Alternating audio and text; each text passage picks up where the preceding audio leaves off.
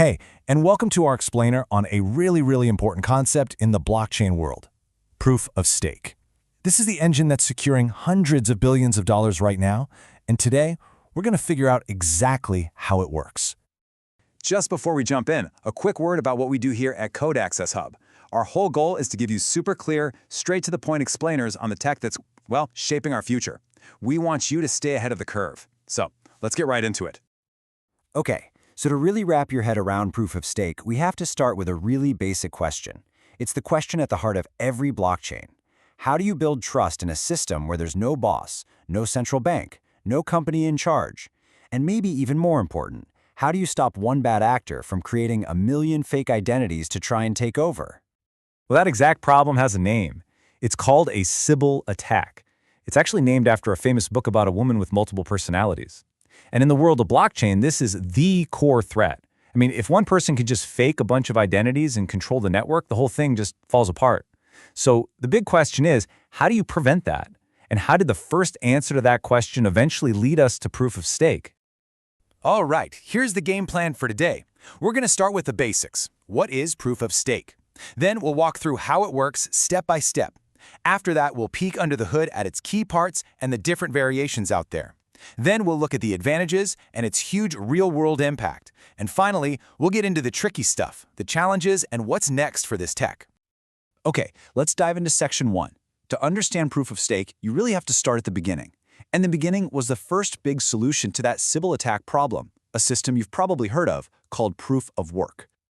The difference between these two systems really comes down to a simple but super powerful shift in thinking. Proof of work, that's the one Bitcoin uses, it basically asks, who did the most work? It's all about raw computing power, like a digital strongman competition. But proof of stake? It asks a completely different question. Who has the most to lose? Instead of securing the network with massive amounts of energy, it secures it with, well, economic skin in the game. So what does that actually mean? Well, in a proof of stake system, instead of miners, you have validators. And these validators lock up a bunch of their own cryptocurrency into the network as collateral. You can think of it just like a security deposit on an apartment. By putting their own money on the line, they get a chance to be chosen to approve transactions and create the next block. They are literally betting their own cash on the success and integrity of the network. And this wasn't an overnight thing. You can kind of see the whole evolution here. I mean, it started as just an idea kicked around on a Bitcoin forum back in 2011. Then it became real, with early projects like Peercoin, and then the big one. In 2022, Ethereum, one of the biggest players in the game, shifted its entire massive network over to proof of stake in this huge event they called the merge. Okay, so that's the theory. But how does this all play out in the real world? Let's follow a transaction from start to finish in a proof of stake system to see how it really works. It's actually a pretty neat step-by-step process. First up, validators have to stake their claim by locking up their crypto. Then, the network basically runs a lottery.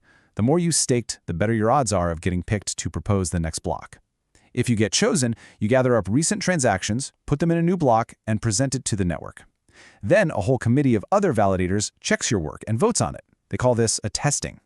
If enough of them say, yep, looks good, the block gets locked into the chain and hey, you get a reward for your trouble.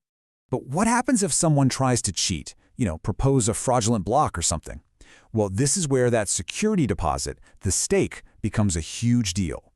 The system has a penalty called slashing, and it's exactly what it sounds like. If you're a validator and you get caught doing something malicious, the network doesn't just say, no thanks, it slashes your stake. It takes away a chunk or maybe even all of the crypto you locked up. It's the ultimate financial punishment, and it makes cheating the system an incredibly stupid and expensive idea. Okay, so now we know the basics. But here's the thing. Not all proof-of-stake systems are the same. Different projects have put their own spin on the core idea in some really clever ways. So let's pop the hood and look at some of the key parts and different flavors of PoS out there. For any of these decentralized networks, there's this one big fear that always hangs in the background. You could call it the monopoly problem. What if one person, or one group, gets control of more than half the network, that magic 51% number?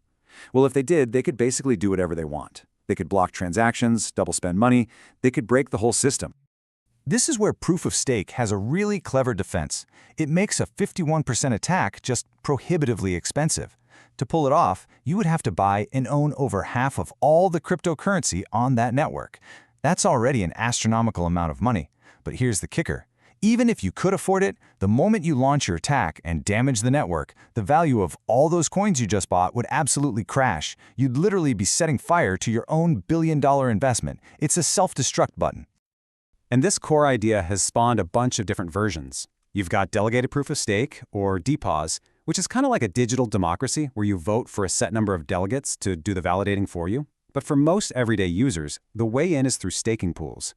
This is where lots of people can pool their crypto together to act as one big validator and then share the rewards. It makes it way more accessible. And it's really important not to confuse this kind of staking, which is all about securing the network, with what people call staking in DeFi. That's usually more like lending your crypto out to an app to earn interest. Two totally different things. So, okay, we've got a strong security model, we've got different ways to participate, but why has proof of stake really taken over? Why is it the consensus mechanism of choice for so many new blockchains? Let's talk about the real-world impact. This chart really lays it all out. The biggest, most obvious win is energy consumption. It's a game changer. With proof of stake, you don't need this global network of supercomputers burning insane amounts of electricity 24/7. It also makes it easier to get involved. You don't need a factory full of expensive, specialized hardware. A regular computer can do the job. So the whole security model shifts from being about who has the most computing power to who has the most economic stake. And all this efficiency could mean cheaper transaction fees down the road, which is a big deal for users. Let's just stop and really look at this number for a second. Over 99.95%. That is the estimated drop in energy use for Ethereum after the merge. That is just staggering. To put that into perspective, that's like an entire country basically turning off its power grid. This one move totally changed the entire conversation about blockchain and the environment.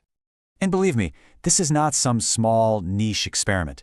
The list of major blockchains that use proof of stake today, it's basically a who's who of the crypto world. We're talking about networks that, combined, are securing hundreds of billions of dollars in value. This shows that proof of stake isn't just a cool idea anymore, it's a battle-tested, dominant force in the industry. But, no technology is perfect, and proof of stake is no exception. It comes with its own unique set of challenges and trade-offs, and there are still a lot of debates happening about the best way to build and run these systems. These are some of the really tough nuts that developers are trying to crack. For one, there's a real risk of centralization. What happens if a few big crypto exchanges end up controlling a huge portion of the stake? Then there's a theoretical problem called nothing at stake, where in certain situations, it might not cost a validator anything to support two different versions of the blockchain at once, which could cause a lot of confusion. And of course, there's the classic critique. Does this just create a rich-get-richer system where the biggest stakers always win? But the story doesn't end there. This space is moving incredibly fast. The next wave of innovation is already here, with ideas like restaking. This is a wild concept where the same staked assets can be used to secure multiple networks and services at the same time, boosting efficiency like crazy. And you've got shared security models, where a big, secure blockchain can essentially rent out its security to smaller chains. The bottom line is, the innovation here is relentless. So that kind of leaves us with a big question to chew on. There's no doubt that proof of stake solves some of the biggest issues with proof of work, especially around energy. But it also brought its own set of complex new problems to the table. So is this it? Is this the final answer for how we create trust in a decentralized world? Or is it just the next big chapter in a story that's still being written? And that's our look at proof of stake. If you found this breakdown useful and you want more clear, concise explainers on the tech that's changing everything, do us a favor and subscribe to the CodeAccessHub YouTube channel. Thanks for joining us, and we'll see you in the next one.